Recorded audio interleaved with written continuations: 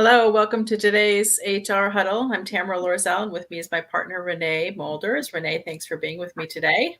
Of course. We are here in March and thought we would take some time, as HR professionals are doing some probably strategic planning, maybe some HR initiative work. I know there's a lot of support and things that you're doing around, the client facing team right now as they're meeting different deadlines and working on different client projects and communications. But as we've been talking to some HR professionals, we also know there's, initiatives happening as you're getting ready for your spring season. And one of those may be around the annual review or performance evaluations. So Renee and I thought we might stop and just talk about some things to think about as you're planning for your review season. And we know many firms, May, June is like the annual review. Sometimes it's a mid review, just depending on what your cycle is. But it tends to be a big, review time. And it's appropriate as, people are coming out of, one of their busiest times of year. We've worked closely with people. We want to say what's next for people and help them then, identify, goals and, how do they progress and, look at their careers and what's next for them or what's next for them on different engagements. This is a perfect time to be stopping and assessing that. And so we thought we would just, look a little bit, at this whole evaluation process and, give some ideas on it. But before we jump into some of the details, maybe Renee, is there anything else big picture you want to say, in the conversations that you've been having around, performance reviews or performance evaluations? Yeah, Tamera, I actually talked to an HR professional recently, and he was a little bit sad that his firm they had changed their evaluation process to move away from all the ratings and the numbers and have it be more insights, driven and individually driven, one size fits one. And they're shifting back again. They feel like they want tangible and numbers. And so finding the balance between those two perspectives and really, having those insights that drive changes in performance, I think that's what we're all interested in. It's not really about some sort of exercise, check the box, but we really want to be able to make a difference from those people in their growth and development. And we want to make a difference for the teams who those people are supporting. And so figuring out how we can generate a few really good insights for each of these people in May and June when they emerge from busy season, so that they can jump in and start working on that. I think that's what I'm picturing. Yes. Well, and I think that's a great launching point. The performance review or annual evaluations have kind of been under scrutiny the last few years. And this whole debate about multi-rater, questions versus open-ended questions. And we struggle with the multi-rater questions because I might not necessarily know what to do to action it to move from meets to exceeds expectations or whatever the criteria is that you have.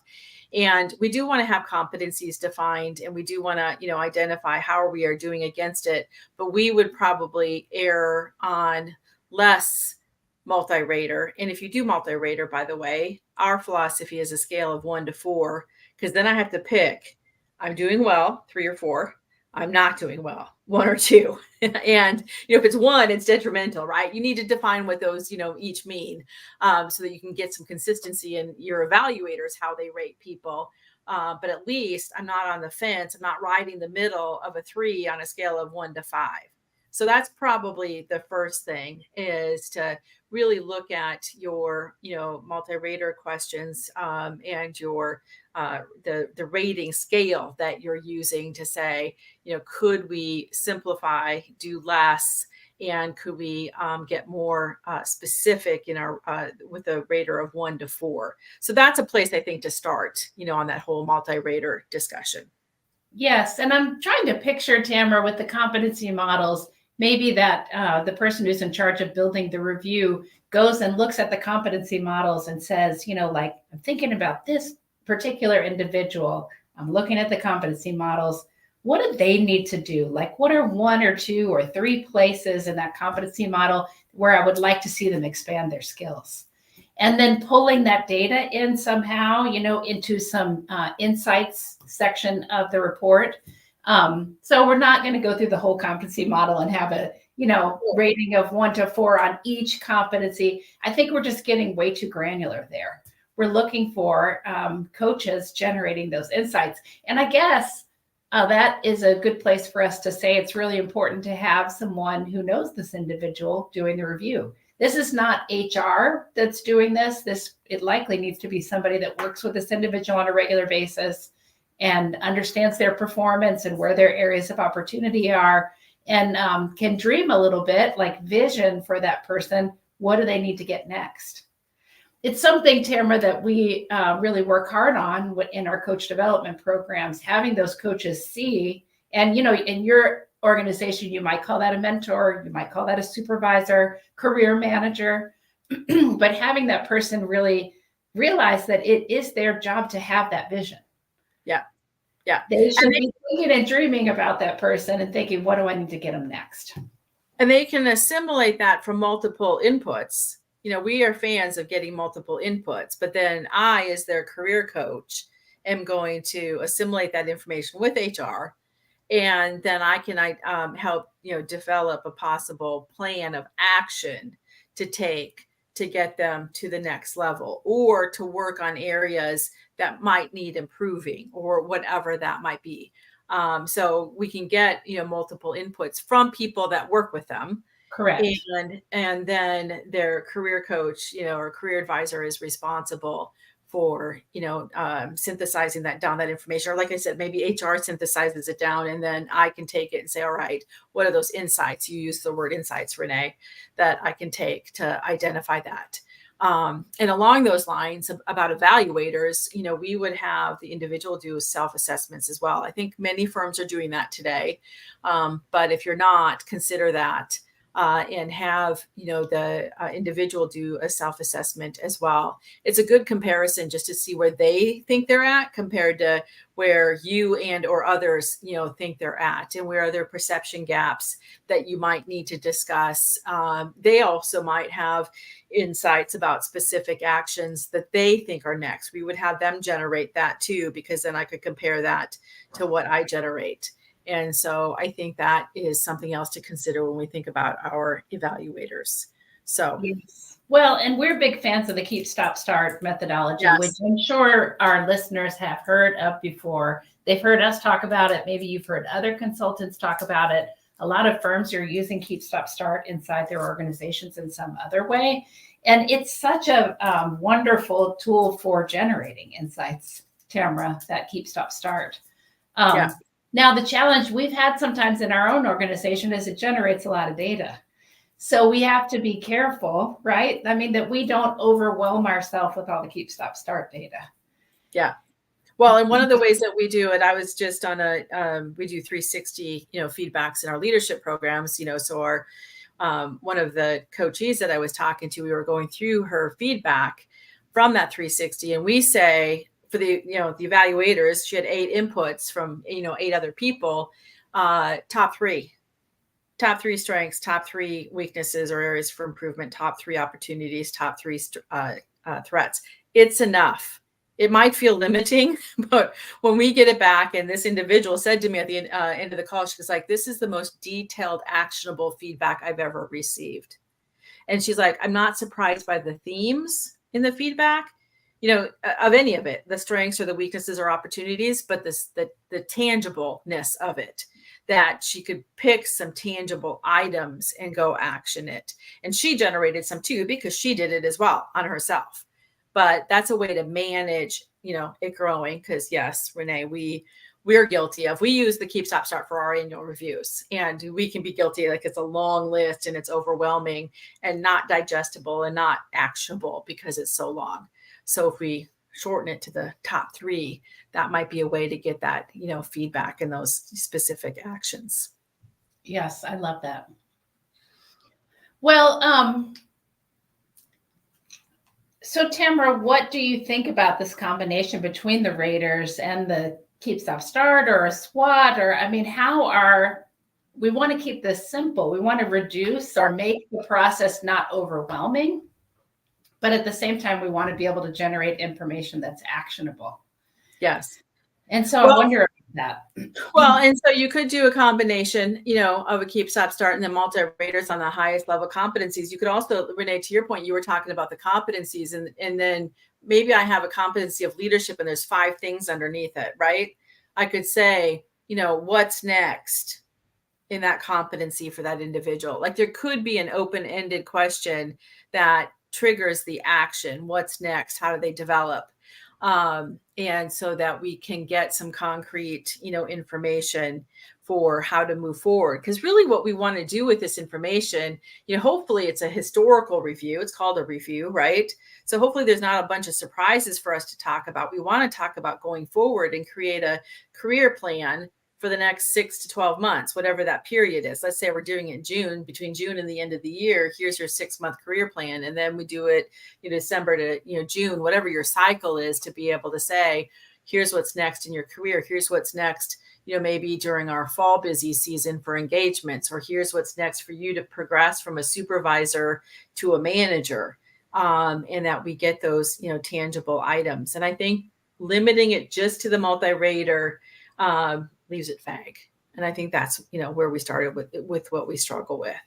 So you could have it, at the competencies. If I'm doing a multi-rater on those competencies, what's next for this individual, in these areas, or opportunities, or you could do a keep, stop, start, and then, high level multi-raters, to keep it simple, but keep it actionable.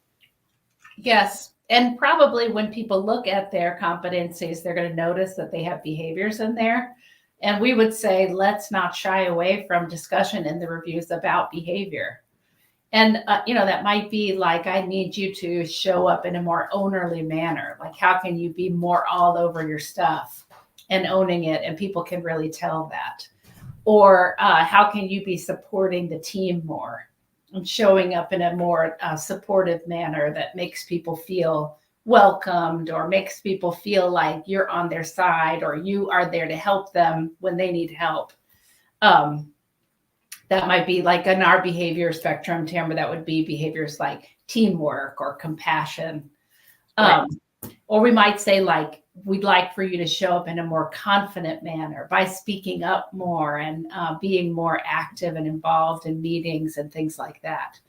And so sometimes we shy away from that in the review. It's uncomfortable. It's why, by the way, when people come to Convergence for our leadership programs and they get our feedback, they say, wow, this is the most specific and direct and actionable feedback I've ever had. It's because it deals with the behaviors. Yeah. And so how can you incorporate some of that inside of your reviews and have some more honest conversations about some of that, what you expect from people? Yeah. Because that's where the meat is, Tamera, where people can really make changes and adjustments that are going to make a big difference for themselves and the teams. Well, and that's often where they get held back and we can't put our finger on it and can't really tell them. It's like, you're just not ready yet. Well, you're not ready because you're not demonstrating ownership. And I'm always having to follow up and check up, and clients are wondering and left on the hook. But I'm not saying that. I'm not talking about ownership behaviors or this idea of confidence. It's like, I don't know where you stand. You're quiet in meetings. You're not leading client meetings, but we're not speaking about developing that confidence. We just talk about client service or technical skills.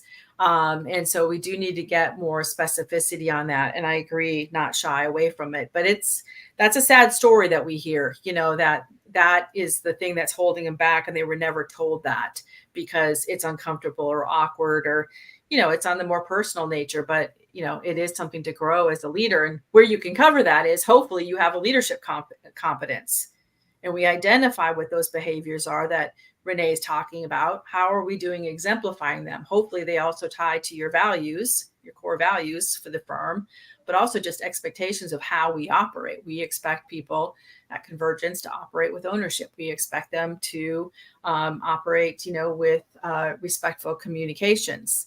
So we have a list, what that is, and then that can tie to there, so we can get our finger on it and be able to put words on it. Then it can become actionable. Then we can figure out, how do we action this? What does that look like? Right. So Tamara, I'm thinking about where we started because you said the performance evaluation is under pressure. Yes. And part of the reason that it's under pressure is because we're supposed to be giving feedback on a regular basis. You know, we're really like, we don't want that review to be a surprise anymore. And people want that more regular feedback. They want to know how they're doing. They've had a lot of feedback in their education as they've come through school and college. And so then they come into our firms and they say, I don't want to go to that model where you just talk to me once a year. And so, you know, how can we get that feedback frequency up? And I think if I were an HR professional, I would be thinking about feedback training this year. I mean, either feedback training to teach people how to give better feedback to one another. Yes, great, for sure. And then also feedback training on how to receive it. Mm-hmm. Because it is challenging and it is confronting, and we have our own stories about why feedback is uncomfortable. And so it's good to enter into a discussion about like what happens with you with feedback and how can we like open ourselves up? What are the benefits and the values of opening ourselves up to feedback from one another? Yeah. And that's feedback on me. That's also feedback on my stuff, you know, and it has all these wonderful like tentacles that come off of it that don't have much to do with this discussion, but just are going to make our firms so much better if we can listen to each other and talk about some of those things. Yes. And then feedback gets real time. And we've talked about that before is, you know, we need to be doing regular huddles, regular check-ins, and, you know, give real-time feedback in the moment. You know, start using recording, you know, when I'm doing review notes, and talk about your thought process and connections so that people can make real-time change. And then it becomes, you know, not a surprise that the review might not even get to the review or the annual evaluation because we've already handled it. Instead of we create this laundry list of things that we need to handle, I want to know right away if there's something I need to change in my approach to my engagements or client communications or whatever it might be, and not be waiting until after busy season or until our annual review. So part of that feedback training that you're talking about, Renee, I think gives people the confidence for us to develop this feedback culture. And it's positive feedback as well. Hey, you did really, really well on this. We get asked sometimes, why do I need to tell people what they're doing well on? Because I want to reinforce it. Otherwise, they make up, I didn't know, so I'm going to try something else. And you're like, well, what is she doing over there?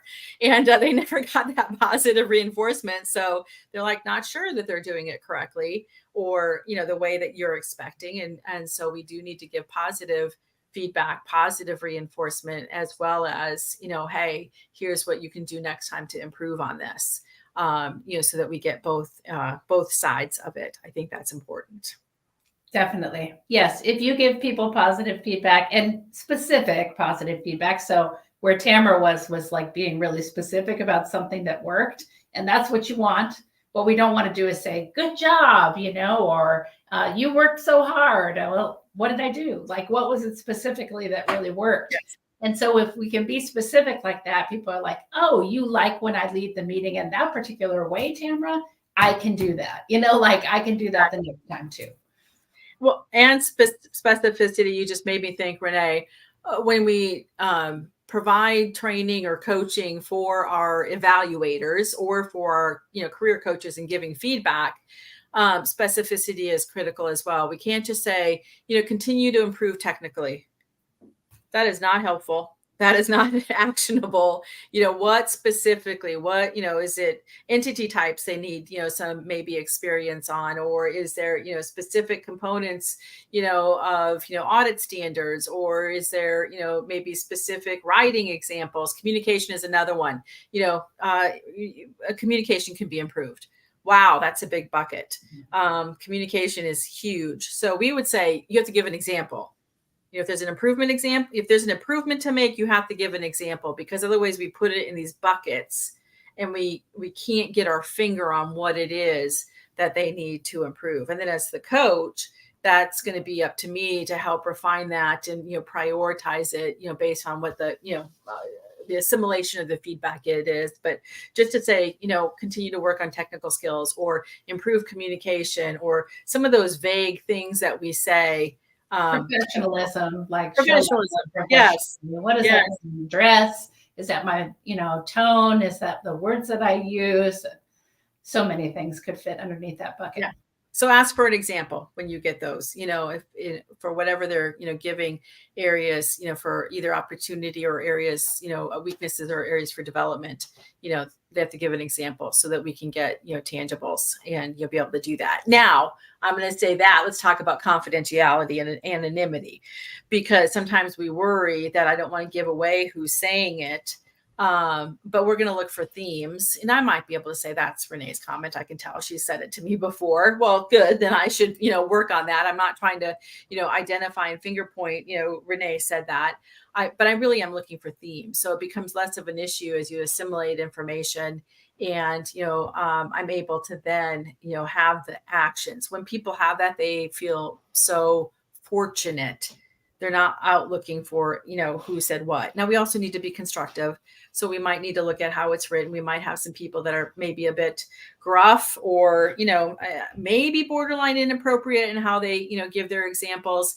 But we can, work on that, from a wordsmithing perspective. But we would ask for specificity. And in our, reviews and our 360s that we do with our leadership programs, we say it's not anonymous, because I know who gave input, but I'm keeping it confidential and not attributing any individual feedback to one person. So I'm not saying Renee said this, Caroline said that, Tamera said this. I'm saying communication showed up as a place for us to look at, and here's a couple examples, and they're often tied. There's often, themes in there that I can pull and draw from. So that's something else to, look at. I know we get worried about, the straightness of our feedback if we're not anonymous, but we also don't, we also need to know who's inputting. In our opinion, we need to know who's inputting so we can get the right inputs, but then also get that specificity. Yes. Well, hey, Tamera, I wonder, because I know we're probably running out of time here, if we should just talk for a second as we close out about getting centered. Like, if I'm the HR professional who's going to present this, like I'm going to be kicking off evaluations after busy season, I would want you to talk about the why of all of this, because your people could be thinking like, oh, here we go, and I just have to check these boxes and fill this thing out. And so really getting centered around the importance of this for these individuals who are developing, but also for the manager who's doing the evaluation. The better we do at evaluations, the better our people are going to be, the easier the manager's job is going to be, the better we're going to serve our clients. So really we could assume that people know that. We could assume that they're coming from that place, but it's our job to give them that what's in it for me, to really explain to them, like, this is why it matters, folks. And let's all sort of join hands here and make this an effective process. It's going to be great for our people. Yeah, I think that's a good point. And, for the different audiences, hey, this is how it's going to be better for you. This is how it's going to be better for their individual. We're going to appeal to their motivators. Some of them want increased growth and responsibility, or, acknowledgement and feedback. We need to appeal to those things as well. And when they get better, your life will become easier. Like, that would be one of my biggest whiffums, I think. And so we can say it. Don't assume that they can see it or know it. But then it's our job, as HR professionals, to say, how do we make this, become, first of all, a feedback culture, but then a meaningful process that's not time intensive, a bunch of forms and check the boxes, that it's really thoughtful and actionable, so we can see that progress. So we welcome thoughts about what you're doing in your firm in this area. We also welcome questions.